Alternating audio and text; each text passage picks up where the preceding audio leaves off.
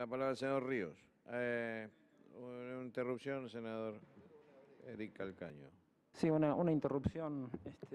Un poco como en la sesión pasada se introdujo el concepto de todas estas cosas económicas que pueden salir como disparadores de discusión y que incluso hubo un conato de debate con la senadora Negra de Alonso sobre un punto de teoría económica que es muy importante, a saber qué viene primero, si la confianza o la inversión, en el cual hay diferentes líneas explicativas, diferentes paradigmas.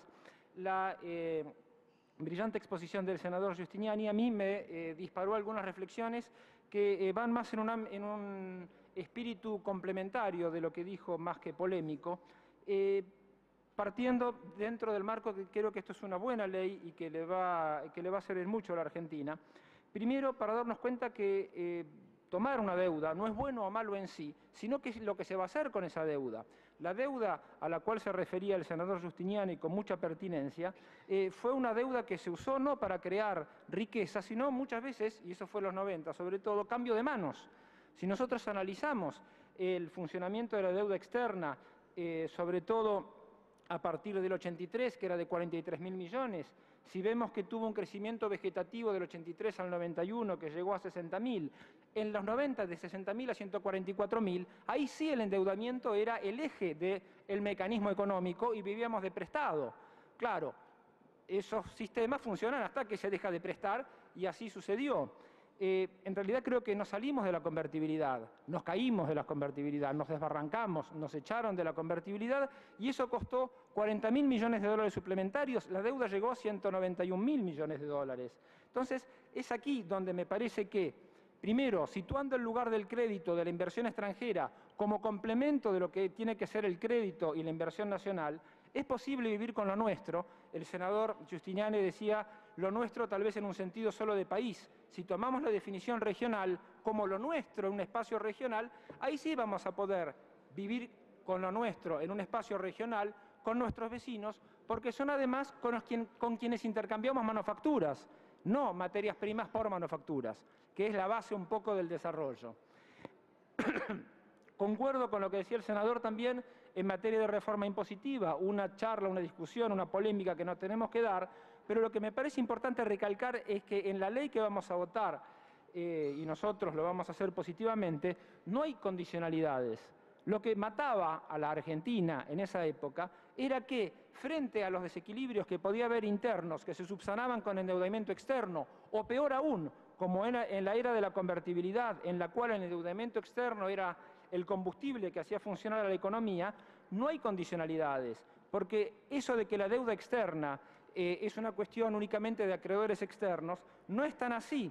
El senador Morales señalaba como un punto importante que él quería saber quiénes eran los tenedores de estos bonos que se va a hacer. Sería muy interesante también saber quiénes eran los tenedores de bonos de la deuda externa en la época del auge de la deuda externa. Tal vez no eran viudas escocesas, clásica figura en la economía, sino eran también nacionales argentinos que, mediante la obtención de deuda externa, usaban esa deuda externa como un factor de poder interno. Como quizás no podían tener siempre los favores electorales, lo que sí hacían era tener deuda, manejar deuda e imponer las condicionalidades totalmente extraeconómicas que les servían a sus esquemas de poder interno. Por eso me parece que esta ley no va en ese sentido, no va en el sentido de aceptar condicionalidades lesivas a la soberanía o al interés nacional, es simplemente retomar un diálogo en el cual nosotros podemos entrar, merced a la crisis financiera internacional que usted citó, de igual a igual. Por eso el peligro que corremos, y ya para cerrar esta larga interrupción, quisiera citar a Hermann Heller, que escribió un librito en 1934, en el cual ya alertaba acerca de la naturaleza del liberalismo, que es llevar al cabo, en el máximo grado posible, la privatización de la economía, que también conduce en grado extremo, dice Heller, a la privatización del poder político. El dominio de clase, decía Heller, basado en lo económico privado, se extiende luego a todos los demás campos económicos y políticos. El dominio de clase tiene su máxima perfección, decía Hermann Heller, en la dominación del capital financiero.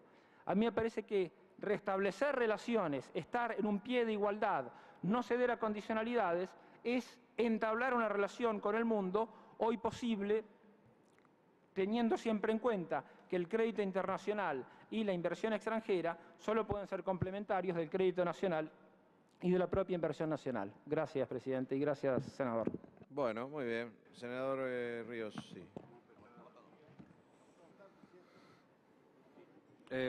Bueno, presidente, voy a hacer solamente, primero una explicación que creo que fue solicitada por el senador Romero. El artículo primero, y podemos leerlo juntos, el total del artículo, suspéndese la vigencia de los artículos 2, 3 y 4 de la Ley 26.017 hasta el 31 de diciembre del 2020.